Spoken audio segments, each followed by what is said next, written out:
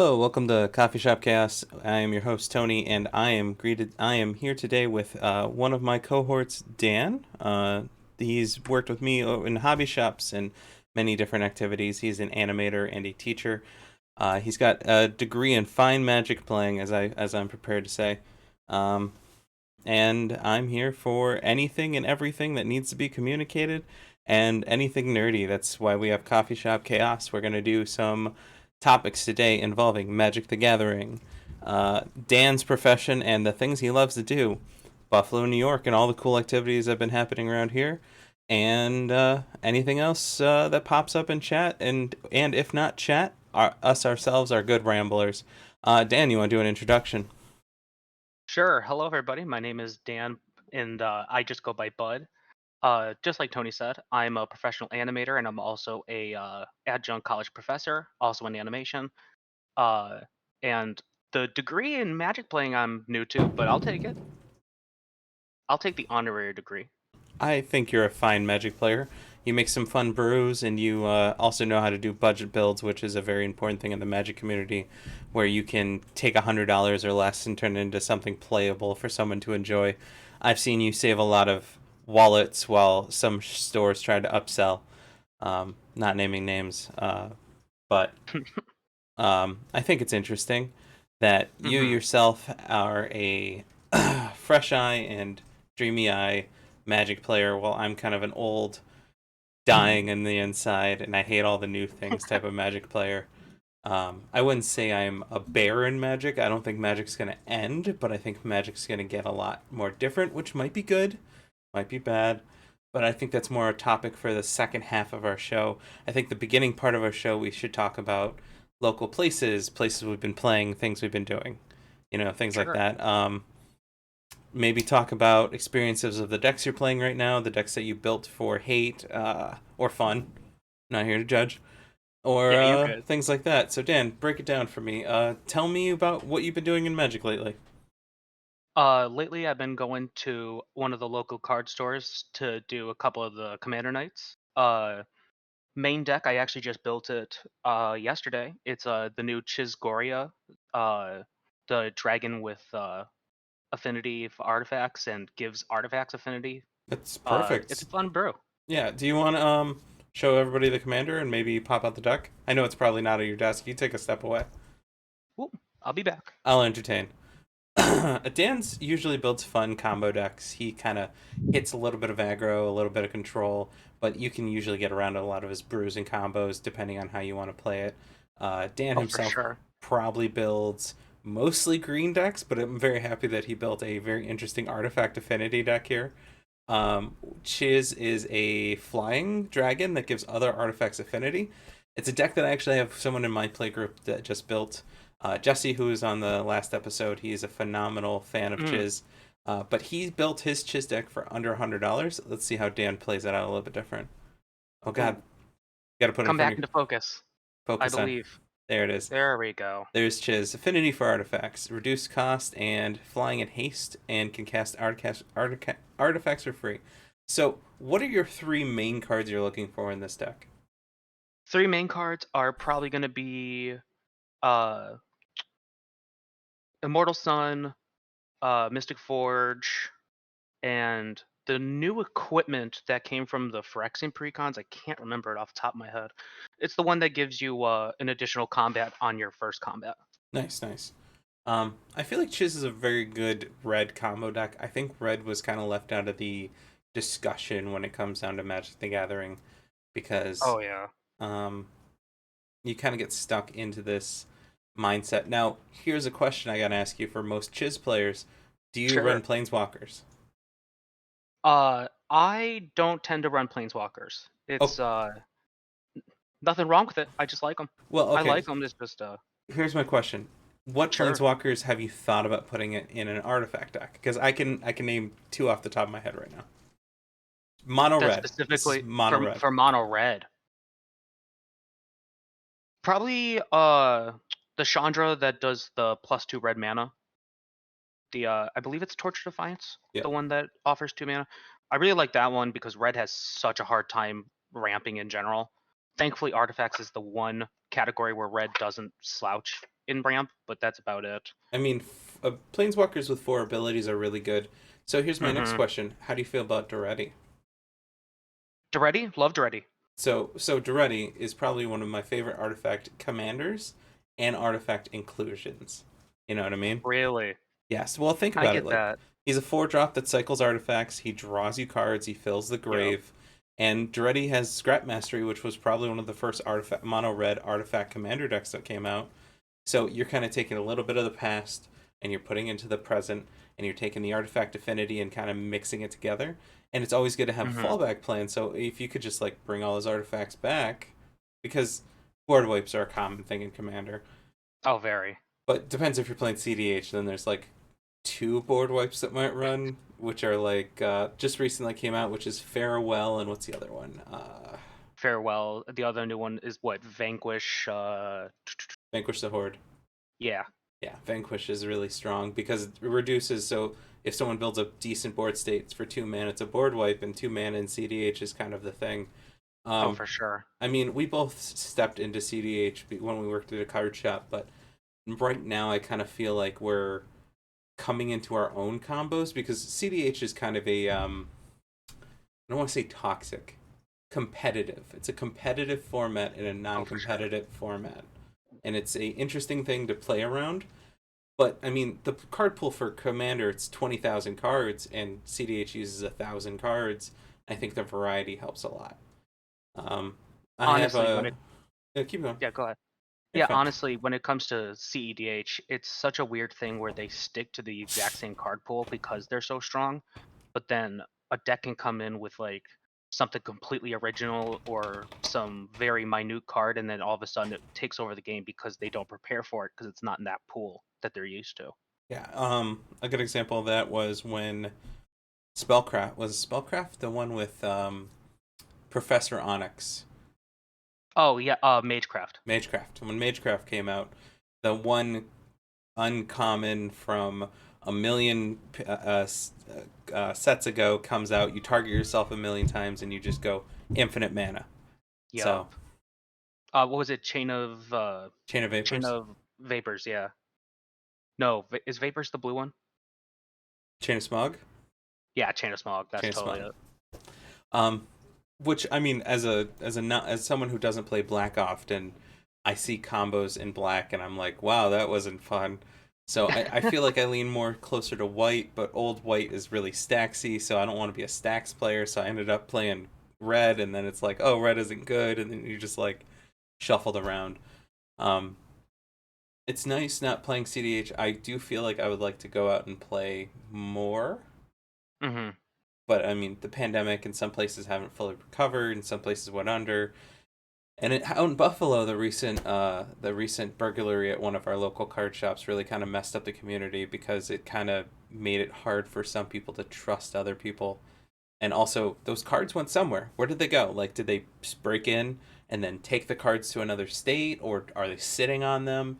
And it's hard to track cards, but at the same time, you can like figure out what was taken if you have a good inventory. I mean, even then, like you could be like, oh yeah, these select cards were taken, but then what are you gonna be on the lookout for everyone that brings those cards in because they could mix in other cards with it or do some other kind of tactic, and you'll never know. You'll Yeah. just never know. I mean, like the amount of nonsense we've dealt with customers. I think we were a little bit, and I'm not going to give praise to the shop. I think we were a little bit more privileged because we said no to a lot of things, while a Yeah, lot of which a card lot of shops shops, can't. yeah, they just can't turn someone down. Especially like right now, shops are getting hit with price gouging and Amazon Hmm. dumps and customers not having enough, income for certain things because like the economy's not doing well, and that affects our economy, which is the magic communities we carry. Um, Hmm. I mean, value wise, it's really hard for me to look at magic without attaching a value to some cards. But if you want to look at something with a low value and high power, if you look at the Baldur's Gate set, you end up with these Hmm. really high powered cards, but nobody plays them. No, because Baldur's Gate was very strangely hated because everyone was ready for Commander Legends, but then it also got tied in with the next D&D Outbreak set, so it was it just threw a lot of people off, and they didn't feel comfortable getting the set. And there were some good cards in that set. I think moving into the future, I think because it has a low print rate, I think Baldur's Hmm. Gate sealed product is going to go up in price, but that's just monetary. I think the singles are going to stay low, but the sealed product's going to go up. It's weird. Yeah, the steel product will always do something strange compared to the singles. Yeah. Um, Tell me about your collection. What's your favorite deck right now? Ooh, favorite deck right now. Patron of the Orochi. I love that deck to death.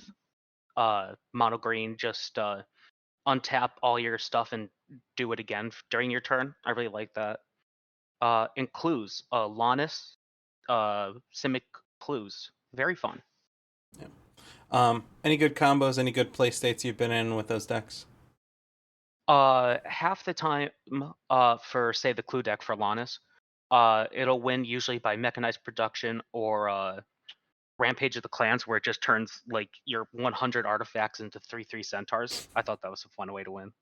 You just run them over with horse people. I think that's a really Yeah. good. My favorite board states. I had one lockout the other day. They just kept board wiping. They kept killing me. I was playing with someone else's deck. I finally Mm, got a good mutate on stack, and I kept taking things from someone else's graveyard to kill somebody else, to attack somebody else with the deck I was borrowing, and then all three people are looking at me and they're like, "We've never seen anyone use this deck before. Why is it so terrifying when you use it?" And I think that comes down to knowledge of the game, but also mm-hmm. like they all kind of were like, "All right, you can't play with this deck anymore." So I picked up another garbage deck, another precon, and I just stomped them out again. They're like, "How do you keep doing Mm-hmm. this?" I'm like, because I understand what this deck's trying to do, and I can speak to a good deck. You know, Oh yeah. you gotta have the knowledge of the card base, and I think deck building's really important. What do you put first in deck building, Dan? The first thing I usually put in is something that absolutely speaks to me when it comes to the commander itself. It's very rare that I'll build a deck that doesn't care about what the commander does at all. That's a super rarity. So I usually try to find the cards that are like, oh, this does the exact same thing as the commander. That'll be usually my first includes. Makes sense. And then ramp. I always like to make sure I have enough ramp. Usually in artifacts. I'm not a big go get lands guy. I don't know why. Just don't. Well, I mean, lands are a sacred thing in Commander. I don't think that they get targeted as much as artifacts. I mean, Yeah, for sure. land ramp is a very permanent board state. When you get into like artifact ramp, Soul Ring is a bothersome card to me. I don't think it should be legal in Commander anymore. I'm gonna probably die on this hill. But because Commander is a friendly format, you can't just like Yeah. outright ban it. But you can ban Golos apparently because the rules Yeah. committee doesn't like it. But every Commander player I've ever brought up with Golos is like, yeah, I love that card. It's 5 colors. It's only played in like 2 decks. Why would they ban it? Well, because someone in the rules committee had a problem with it. I Oh mean, yeah, I they don't have a had that problem. one bad game. I've had one bad game with every commander. How about we just ban every legendary creature except for Squee? Let's keep Oh, but I Squee. love Squee. Only Squeeze. Well, Squee is immortal. That makes sense. Yeah, like he just banned and he just comes back. He goes wah. Um, but also, I mean, Wizards of the Coast, big Sure. brain stuff here. Their March of the Machine singles. We kind of Hmm. stand at a divide here. Um, that's kind of the next subject. How do Sure. you feel about March of the Machines? I'm gonna have an absolute blast playing Oh this my set. god. I You okay there, boss? did you play standard during Siege Rhino? Yes, I remember the Siege Rhino days. Okay. It was a completely different time. How did you feel about playing against Siege Rhino? I was the one running Siege Rhino, and I loved Siege Rhino. I still Okay. play Siege Rhino in some decks. So, Siege Rhino. But bigger, faster, And first does more. strike, human. So you have human Yeah. support, frog support, which is like not a thing. Um, and then Horror you support, that's kind of a thing. yeah, yeah. That's the horror support is yeah. There's a couple It's things. starting to. But in standard, Yeah. some of the stuff is non-standard. That's my big kind of like thought point. Like if Thalia came out in a Mm, commander deck, whatever, cool. Commander, it's an eternal format. You'll never see this played in Legacy unless someone like recurs it, and then it kind of controls into the certain land types. Um, but it's coming out in standard, which I mm-hmm. get standard is no longer the forefront of the Magic world, but it's not. It's I not a feel small one. It's still prevalent. yeah, like standard's still like drafting at stores. That's how stores make their money. Standard Mm-hmm. is still the local formats that people are getting into. After standard rotates out, your collection goes into commander or modern, and that's how you kind of like decide between the two formats you want to play. Yeah, for Because sure. some stuff from standard rotates into modern, and modern's great, or some stuff rotates into commander, and then you have fun with your friends, or you just play both, or Or you just keep legacy playing if you don't standard. like yourself. Yeah, I mean Another hill I'll die on. Pioneer. Does anyone play Pioneer? Mm. Pioneer's fun. It's strange, but it's fun when you I, find someone that likes it. I like Pioneer. I also like I play a lot of Arena too, but some Mm, here or there. But Pioneer is a very fun format because you don't have to put as much value into it. Um, and you can take your standard decks and play with it, but it's also got some meta. So mm-hmm. I like Pauper. No one plays Pauper. I love Pauper. I A $3 deck. I like Popper. I think Popper's fun. I Mm-hmm. I also agree there's less and less people to play Popper, Oh yeah. but I also don't like Goblin Rakdos. But Which I is the will, biggest deck in Pauper. yes, but that's because goblins are efficient. Yeah. They're efficient. They have a very easy combo to get together, even in Pauper. It's And like the easiest combo in the format. yeah, and then Wizards isn't gonna touch Popper as much because they don't make No. as much money off of it. They're not gonna make like Popper Masters, which I would buy. I would buy I Popper would buy Masters. that. I I'd buy would the shit out of that. $50. I'll buy a box of Popper Masters. It comes with like some garbage cards, but we put a card, Mm-hmm. we draft out of it, and it comes with no rares in the set. There's some good commons. I mean, what was Ristic Study used to be a common way back in the day. I mean, if it's in the printing, it's technically in the format. Exactly. You know, I Um, know that. Oh, and Ashnod's Altar, also a common at one point. yeah. Anyways, so I'm gonna get into Popper actually because it's a good subject to bring up. Sure. Back to the stuff. Why do you think? Okay, how do you think Thalia isn't gonna shape the format? Why do you think it's How's gonna be Thalia? fun to play? Why do you think Thalia will be fun to play Yeah, with?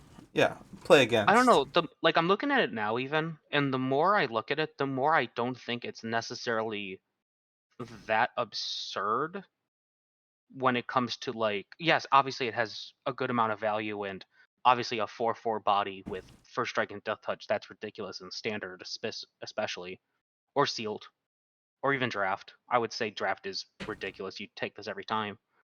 But it it's not like a card where you know it's going to go in every deck. Like what was the dragon that came out in Kaldheim, the one that makes treasures and makes them worth more? That thing Goldspan. couldn't. Yeah, Goldspan Dragon. You couldn't get that thing out of standard. It was a permanent placeholder till it got rotated out recently. Yeah, and it's still holding its value at like 20, $30. Oh yeah, it's easily holding its and it just got a recent reprint and it's still holding that value. Yeah. But Thalia, like say in standard, So three let's take color decks are tough. that the first two abilities: first strike, death touch. Mm-hmm. There's three cards in Magic that have that ability: Glissa, Yep. Glissa, Thalia. That's it. Well, Thalia will be coming out. The second Yeah. ability. All right, let's break it down. Second ability. What is that? The play an additional land on each turn That's of really each of good. your turns. That's That's very good. how many cards in Magic say that? About 7 or 8. 7 or 8. Cool, cool. So we have something that's only on 3 cards, and then something that's only on 7 or 8 cards. Mm-hmm. Those are the only abilities on that card, right? Nope, it keeps going. All right, the next one. Creatures and non-basic lands your opponents control enter tapped. Okay, so that's on 4 cards in Magic, maybe 3. Yeah, I mean that's definitely Thalia bringing her spice into the card. Yeah, but that's like what, Rest in Peace, or was it Console Consultation or something like that? Console, yeah, console of the Yeah, authority of the console. Yeah. which is a modern staple, which is very good, and it's slows down decks so stacked players and other things can get tempo going Oh on. yeah, So and those are blind obedience too. that's also a good point. So Hmm. let's take those 1, 2, 3, 4 abilities on a 4/4, and that's it. That's all that's on this card. Like, No, it has one no, more. no, no, we're gonna ignore that. Okay, Imagine. I'll ignore it. All right, let's ignore it real quick. If that's on a 4/4 body and that card gets played, it Hmm. dies to removal. Sure, everything It dies to does. removal.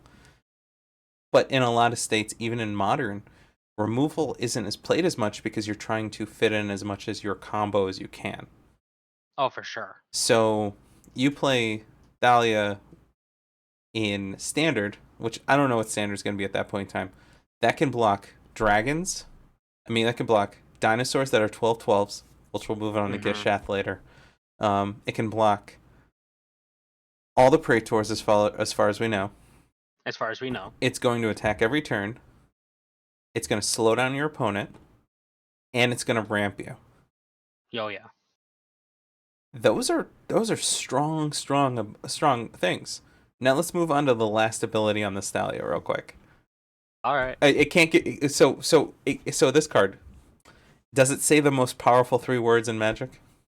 Draw a card. It absolutely does. It says draw a card. It's Of insane. course. How is this not insane? How is this not blowing your mind? Like, there are Nope. commanders that define a format that say draw a card, and Hmm. like, people freak out. Are they unbanning Golos? Because Golos just gets you a land. It doesn't say draw a card. It says get a land. It gets any land. Uh, I honestly like goals getting banned was weird to me. But even just looking at Thalia and the Gitrog monster together, like to It's me, it's still and this is gonna sound ridiculous. In a commander format, I still think plain Gitrog is stronger than this. I can almost agree with you. But when it comes to the other formats, it's Yeah. it's a beast. And here's the thing: the problem I have with all of this on the over Hmm. top layer on the macro scale is I look at it and I go, "This is a really cool card. I want to play with this. It'd be great for recursion. It'd be cool if I could make a clone of it. It's in Hmm. really good colors. You can resurrect it. You can clone it. You can give it flying, turn into an angel. There's a lot of cool things you can do with it. This is Oh, great for tons. commander. I'm going to play with this. It's going to be in a three color deck, Excuse you. but you cannot tell me that they're gonna one up this card somehow. And if they one up this card somehow in the future, let's say 5, 10 sets from now, Hmm. this card is going to be a house. You're gonna Oh yeah. build decks on it. But 10 sets from now, they go, hey, by the way, you know that Thalia card that everybody really loved? Let's one up this card. Let's make a better one. Let's give it double strike. And then we'll Hmm. give it triple strike, and you can play 7 lands and give it flying. And then also you can draw 15 cards when it does damage, and you're just sitting there and you're just like, oh, also it's 2 mana less, just to let you know. It's like, Yeah, what because is why this not? game? And So you're worried about the speed up of the game. yes, I think they had a very good algorithm for figuring out abilities on cards. If this was a mythic with on Hmm. a 2/2, didn't have first strike and death Yeah. touch, it would still be a house. Oh, it'd still be a monster. Yeah. Like, if it said play an additional land, tap Hmm. all the things your opponent has, and the third ability, which is sacrifice a land, draw a card, right? If it had all those, Yeah. if it had all those things and was 2 CMC, I mean not 2 CMC, 2 power and toughness, and Yeah. had the same CMC, it would be ridiculous. Still, it would be Oh yeah. it'd be in every 3 color commander deck, and everyone would play it. And then it's like, by the way, 4/4 for a strict death touch. It's like, what the hell? I think Abzan needed some love though. Yeah, The three colors need help. yeah. It's But no, I get it completely. What do you think there was a? Do you think this is the first set where it accelerated too much out of control? I think this might be a weird. thing to say, but do you want to go to play Yu-Gi-Oh? No. Yeah. The current standard deck in Yu-Gi-Oh is you first turn your opponent doesn't have a field. Stops your opponent from playing their field. And this Mhm. is in the rotation for Yu-Gi-Oh, and it's supposed to be in rotation for a million sets. Oh yeah. And you have to ban specific things so they can stop doing that. And since Yu-Gi-Oh is a full eternal format, you have that. Oh yeah. It's it's such a weird concept that every card is legal unless it gets strictly banned. Like there's no rotating format in Yu-Gi-Oh. It's all legacy. Yeah, it's Yeah. just all legacy. Unless you play Goat, which no one plays Goat. Nah, I like Goat. Goat's cool. Or Oh, was it? oh I love Goat. Yeah, No one Goat's plays good. it though. What's so at what point in time does the power creep get to that point? Because this is going to stay in Commander, this is going to stay in Mhm. Legacy, this is going to stay in all Eternal formats, Modern, Pioneer, Brawl, whoever plays Brawl. Brawl, or Historic. Whoever plays Brawl. Yeah, Someone. Historic Brawl.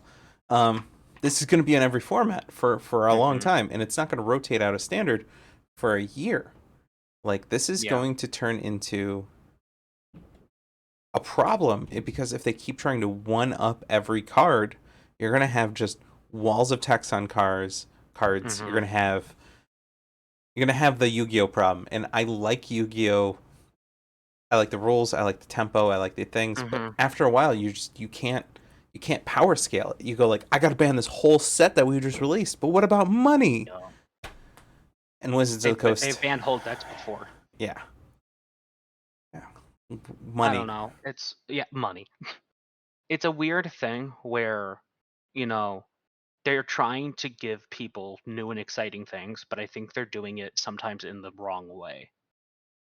If they gave them like an interesting new mechanic or became like a new play style that we've never seen before, then I think that would be the correct direction.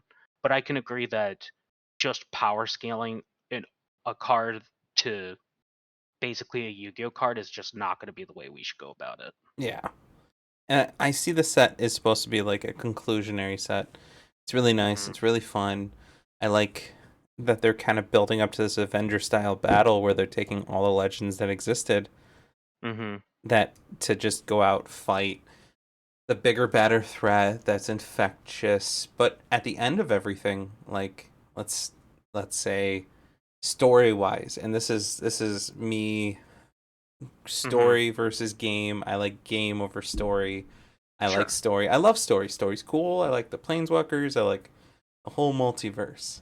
Hmm. But story shouldn't override game. And if it Mm. overrides game, like this is cool. Look at all these crossovers of all these legendary people that everyone loves. But you're taking a 30-year-old game Hmm. and you are just pumping it full of drugs. This is its high school years or college years, and we're like, hey, by the way, how do you feel about meth? Which I mean, if I post this on YouTube, I don't care. I'm not even monetized, anyways. There you go. Um, but you're taking this grand, beautiful game that has a good tempo, that has a couple power creeps a set, and you're just going, this whole set is power creeps. Everything in this set will be powerful, will remain in every format in the future. Everyone will keep playing these cards. And then you're like, the next set comes out, and you're like, what what am I doing? What how are we gonna one up this?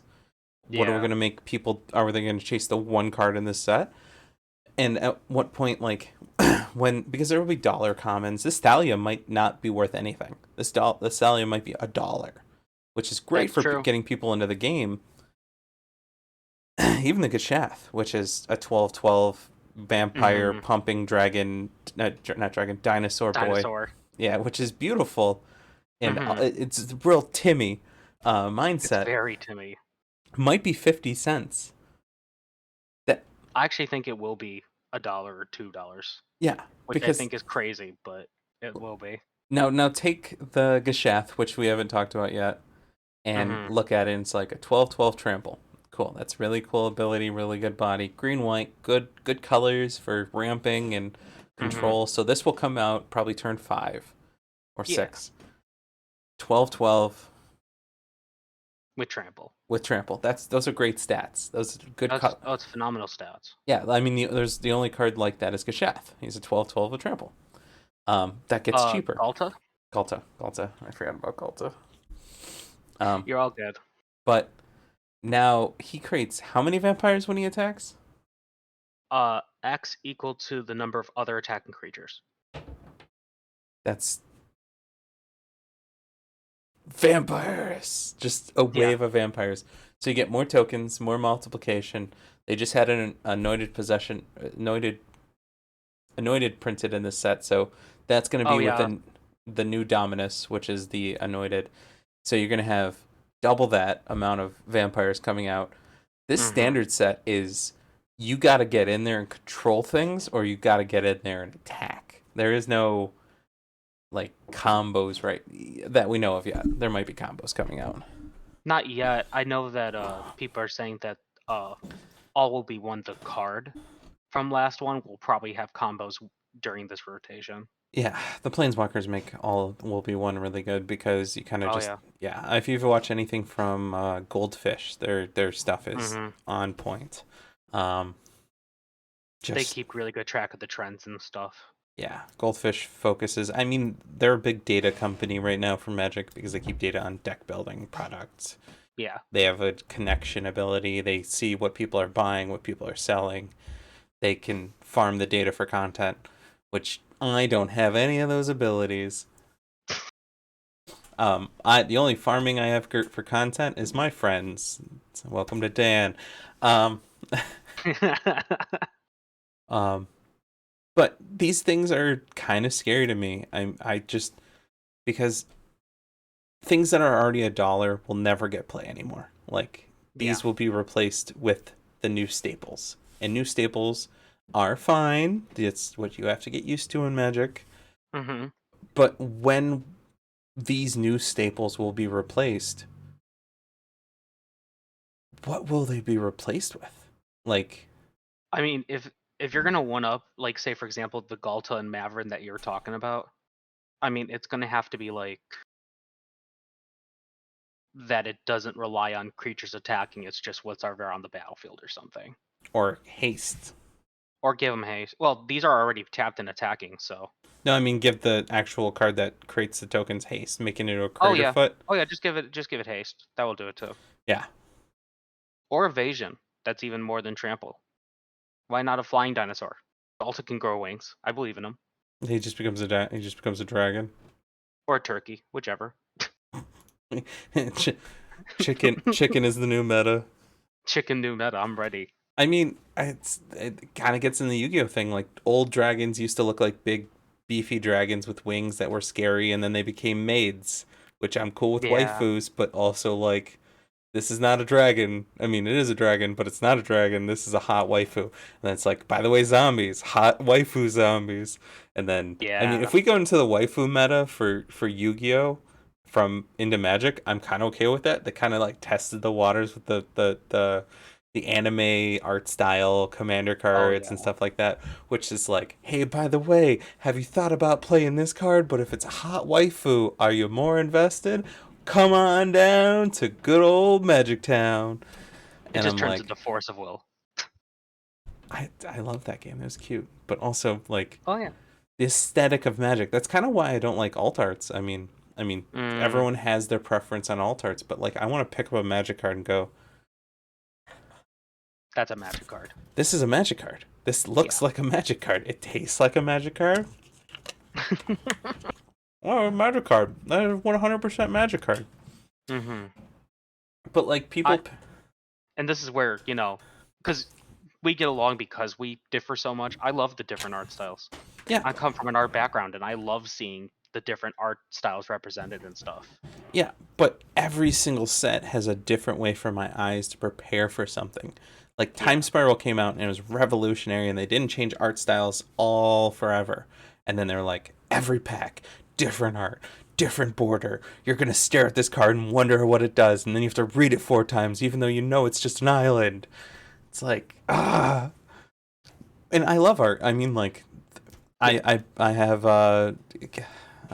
our sponsor for this episode, my store, Fantasy Soup, and they like I do art, and I also take my friends' art, such as if you look down in the corner over there, that cup of coffee is done by Jesse, who was on the last episode, and he does art for the shop, and he designs things, and we're gonna start doing cons, and that's gonna be a big rotation for us, so we could sell product. But it's Hmm. I do those things because I know that if I eventually open a store somewhere, I want to sell product that I'm proud of, that I like, Hmm.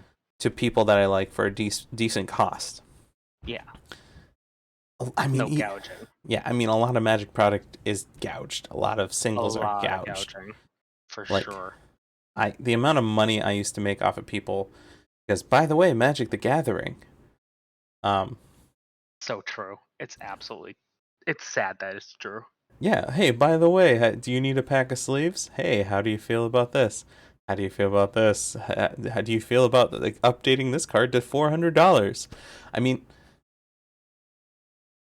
I mean, even like old deck box companies would be like, oh yeah, we have this really good deck box. Like it doesn't like it passes that shake test everybody likes, everything, whatever. And they're like, I don't know how to feel about it. And you go, did you know if it's a commander deck? And everyone's like, well, shit, I'm gonna have to buy like 10 of those. yeah, and then I have to make all my decks match, and then I have to get sleeves of the same kind. I've got to get everything that's exactly the same, and then kind of just Yeah. splash it all together.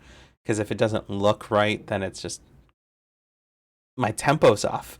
And I guess that's the Magic mindset, where it's like, I want all the Hmm. arts that are the same.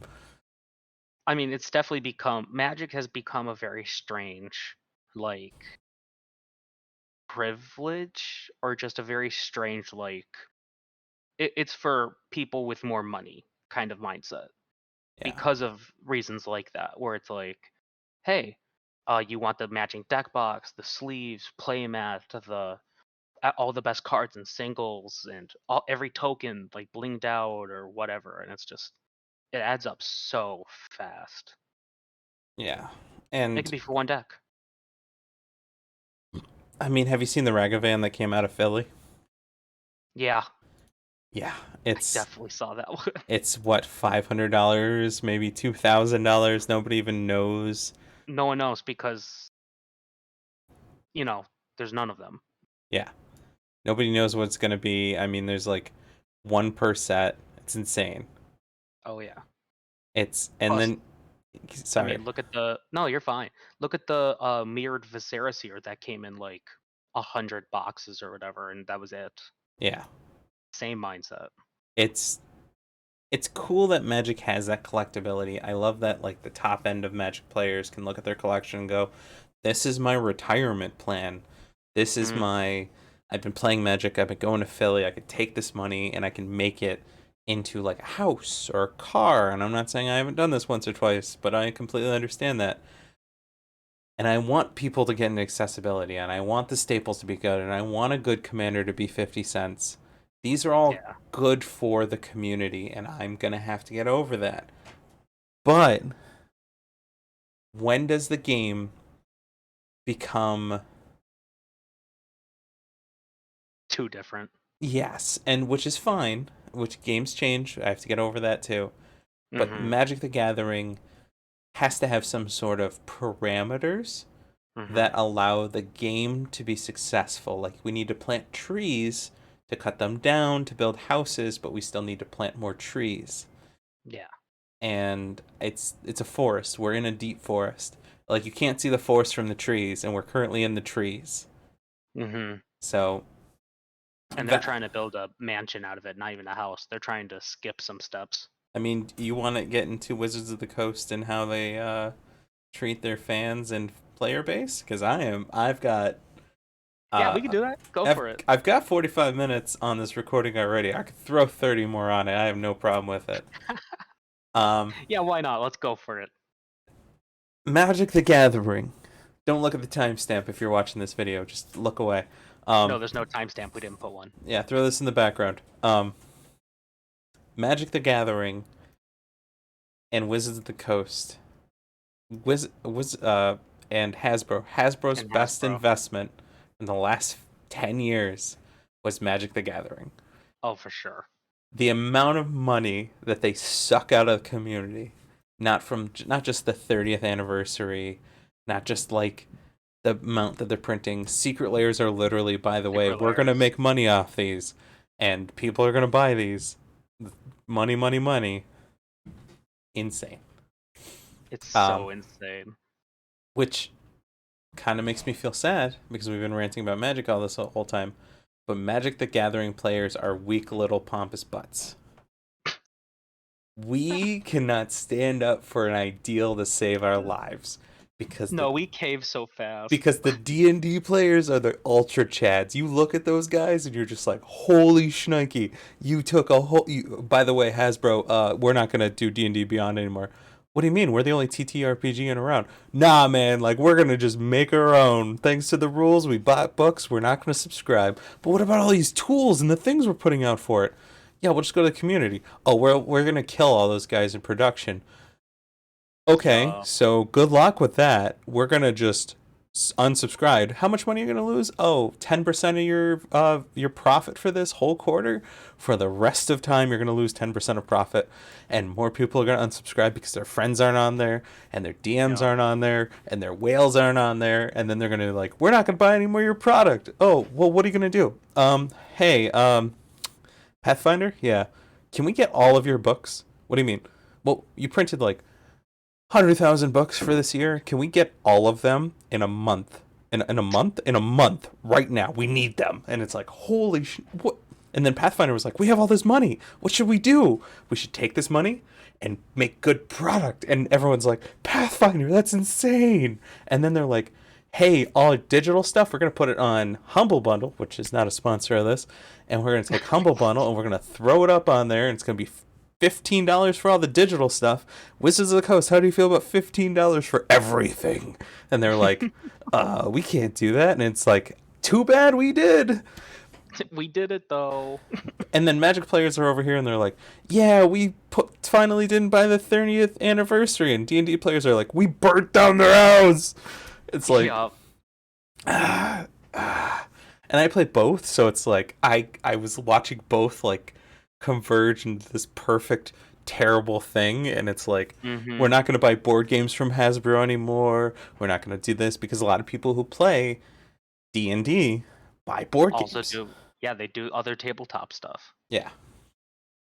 Like, I mean, people in certain relationships also play tabletops, and they're also D&D players, and rotation into falling on your face. It's nice. It's nice to just kind of see, like it's like if like unions worked, like we could create a tabletop union group, and then everyone's connected. But I think that's the thing where companies like the ones we're talking about now, they'll burn all their bridges, and they know, like for the Magic the Gathering fan base especially, they know they'll help build the bridge back to them without any effort. I just got to And make it. yeah, you just gotta.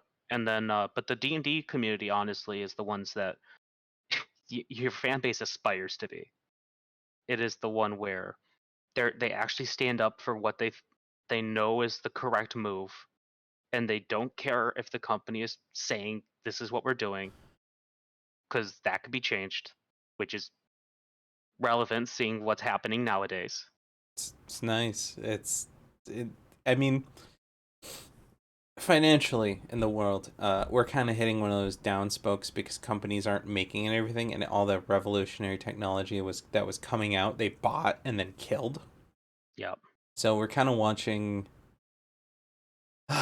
the world kind of burn, but burn in a way where it could be easily fixed. Google gets on the trend, looks at all the companies they bought, started taking things out and like introducing it to the thing, even if it kills them, because I mean there's already things killing it.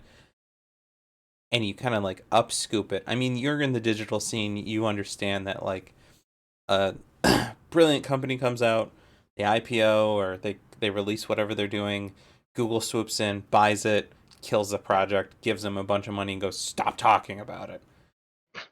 But it's not once. It's like It's Microsoft all does the it too. time.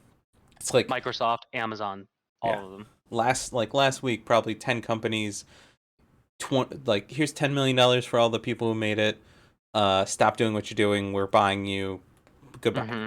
And then it's like this product would have been revolutionary. It created it. Like ChatGPT is a good example of it. Windows was like, Oh yeah. we're gonna kill Google and by actually having a good search engine. And it's like, well, how can you do that? Well, we have money to burn. We'll just buy them, and then here you go. Um, Google's done that. Google's done companies dirty. I mean, even Oh institutions, yeah. like when a college comes out with a group project and they go, hey, this group project searches for the best prices of medicine, and then it teaches you how to negotiate with a doctor or pharmacist, and it's like, oh, dead. And it targets people who don't have the money to argue with it. So you either take your money and shut up and get out. Or get nothing and shut up and get Yeah. out. Yeah, Yeah. exactly. And you kind of have open source software, which is really great. Like, I mean, if you look at the modding community for video Oh games yeah. are one of those hard to regulate industries that I love, but Mm-hmm. you can't. That's what I'm looking for. You can't kill a modding community. Even when Yeah. Nintendo tries, they just go more underground. Nintendo's like, by the way, we're gonna take down that ROM. It's like, all right, we're gonna release every email that exists real quick. Press this button, and then it's gone. Everyone has a Yeah. copy and a link. And Or we'll upload it somewhere else that you don't know about yet. Or yeah, yeah. and that's how I see the future. And I don't want to get blockchain stuff because I hate it.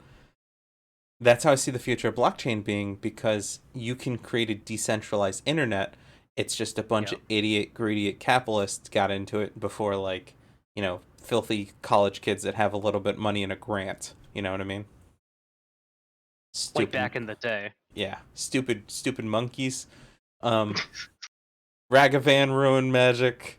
Board Ape Club is gonna probably harass me in this chat eventually, and then the future is unknown. What other type Nah, of Bored Ape monkeys? is dead.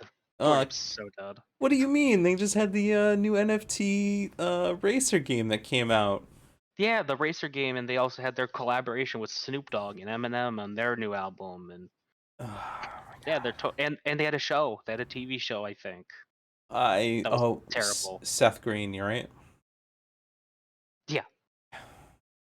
I, I it makes me sad seeing all these things, but also I love the rise of VTubers, which takes Mm. people in your industry and then gives them a job. It's the same thing with furries. I mean, furries Mm-hmm. give animators and artists money and jobs because they have people who have money who can't afford a fursuit, but they can afford $300 in art. So it's Yep. like fursuit art. They just go with the art because it's Oh yeah. cheaper. Plus, they're definitely the type of communities where they're so exclusive because of their price points, and also they're also looked down upon so often that they're grabbing for anything they can find. Yeah, and they're also That's accepting. Like, yeah. it's the amount of hate that some people get. I mean, Magic the Gathering has a lot of people that cosplay for Magic, but they get shot down Hmm. because it's like, oh, well, what's that? It's like it's my cosplay for Magic, or D&D. Really cool is just huge uptrend into the stratosphere, and then just this hook down. But that doesn't hurt the community as much as it hurts the company, because communities will Yeah. still play You're not going to tabletop stop an games. entire community from playing. Yeah.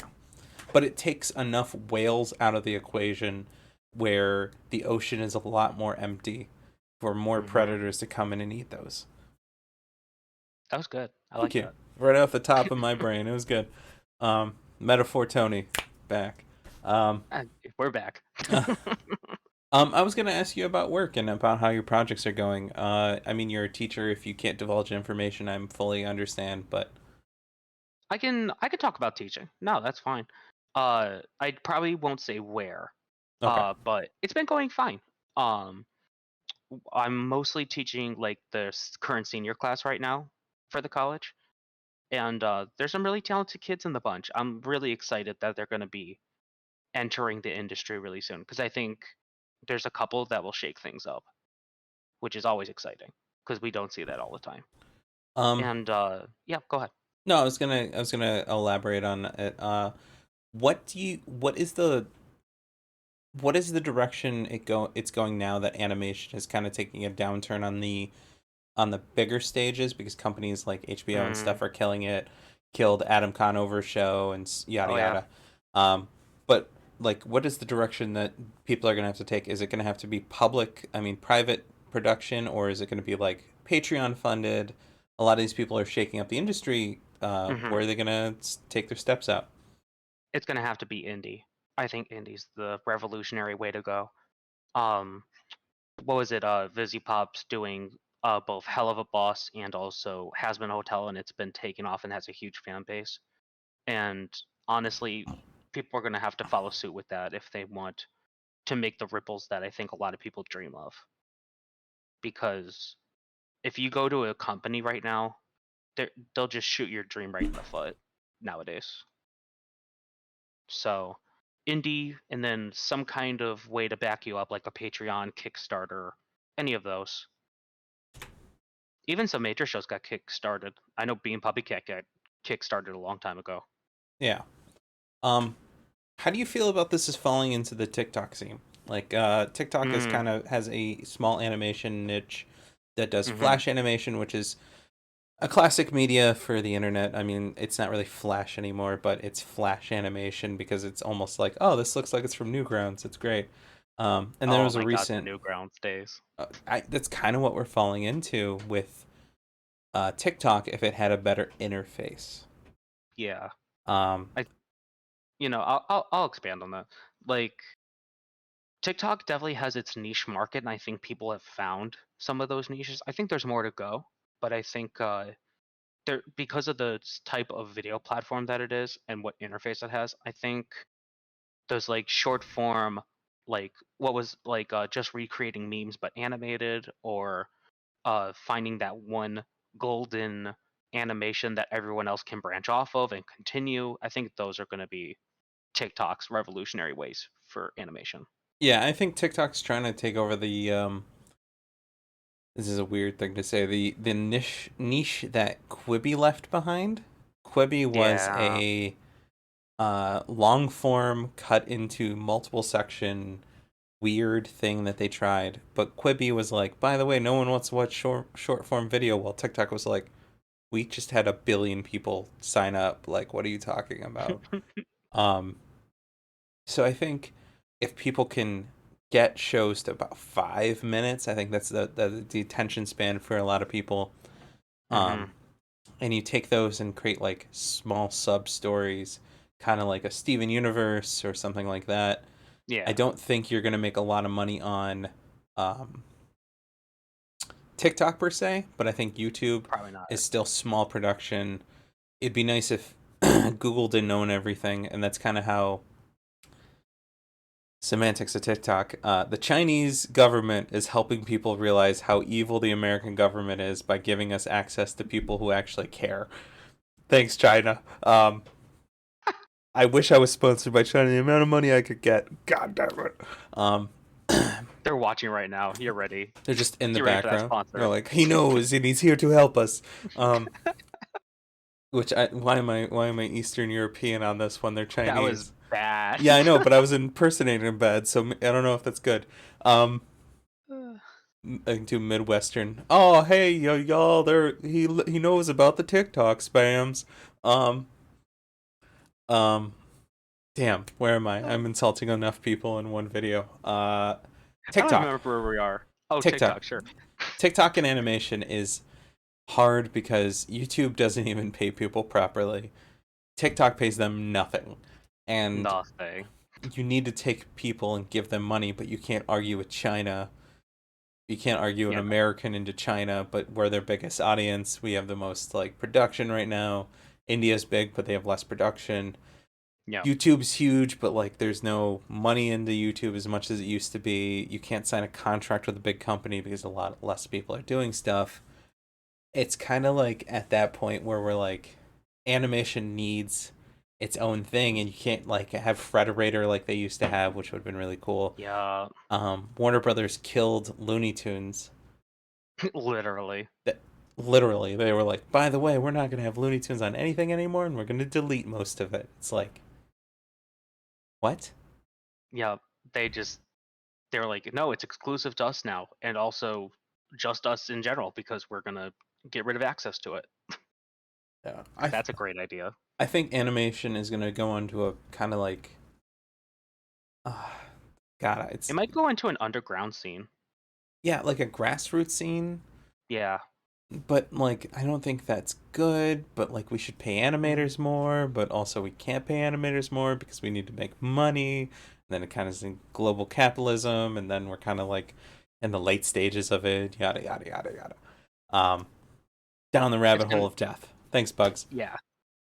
It's Uh, it's gonna become where we're gonna have to go back to the old days of people just doing animation because they love it and then it takes off rather than looking for it to take off from day one.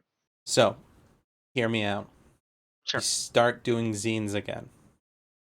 Mm. Mm-hmm. I think zines and local comic books are a good place for animators to make money, but we don't teach a proper structure for that. But we can start making proper structures on the media that people watch. Mm. Because animation and movement and drawing are very beautiful. And then we can start making like zines to pass out to people in areas. You would have to start like the con scene. You'd start the con scene, go, hey, Oh this is my yeah. zine. You can subscribe. We can send it to you. We print it to you. We send it, and then you kind of get into physical media again because it's like, by the way, you own this now. You don't. Mm-hmm. You can. We can never take this away from you. And then you God, kind of. I've missed physical so much. So there's in the falls a new record store just opened. It's called Daredevil Records. Uh, Oh. they are a record listening lounge, which I do not think their business is going to survive in the falls, but I do love the fact that they're trying, and trying Mm-hmm. is part of it. Um, I think if the owner, I don't, it's a whole different subject. If the owner can take their idea and then like get enough young people to believe in it, they can make it Yeah. work. But what do I know? What do we know? I mean, this is the second episode of a podcast slash a video podcast that I'm going to be posting wherever I can on your social medias, such as Spotify, iTunes, YouTube, anywhere I can try to post this. I'm going to post it, but I don't think it's going to become popular, and it's kind of just a side project for me to hang out and talk to people. Yeah. Um, I'm Nothing probably wrong with that. Yeah, I'm gonna change this format up and kind of mess around with it, and I like the fact that we kind of just did a whole hour of riffing, which was very peaceful. It reminds me of old work. I think I'm Yeah. gonna stop now, but All right. Sounds good. before I go, Okay. I need you to throw in some last words about you, Dan. Anything that you want to talk about, and if you want to come back. Um. Uh. Last thing I want to say is go watch WolfBoy and the Everything Factory on Apple TV because I worked on that and it's a beautiful show. Oh, It was my favorite thing I've ever worked on. that's great. I mean, uh, I'm gonna throw that in the description if you want to send me a link to that. Of And like a course. small little blurb I'll throw into the video description. And then anyone who's watching can know the title and then hopefully can buy Apple TV and then get into it. And if they already have Apple TV, that's even better. Even better. Um, my last words are I'm going to see if I can set up another podcast and interview, and we're going to do a breakdown of the second episode that I recorded that I messed up with Jesse. I'll probably do another one. If I can get a couple more people into the next episode, that would be great. And um, I'm gonna talk about the forbidden sacred art of monster fucking. Yes, we're gonna talk about monster Ooh. fucking. We're getting into the weird meta. I'm gonna see if I can get a couple people that know about the subject so we can have a little bit of a discussion about it and how it would break down. Me as a DM, I'm very interested. I want to know the mental capabilities of it because I've thought about monster girls too, but I've never crossed the line about getting fan art. Um, like, follow, Weak. subscribe. I don't have a Patreon. I do things on my Twitch channel, Tony D, and I'm probably gonna make one for Fantasy Soup.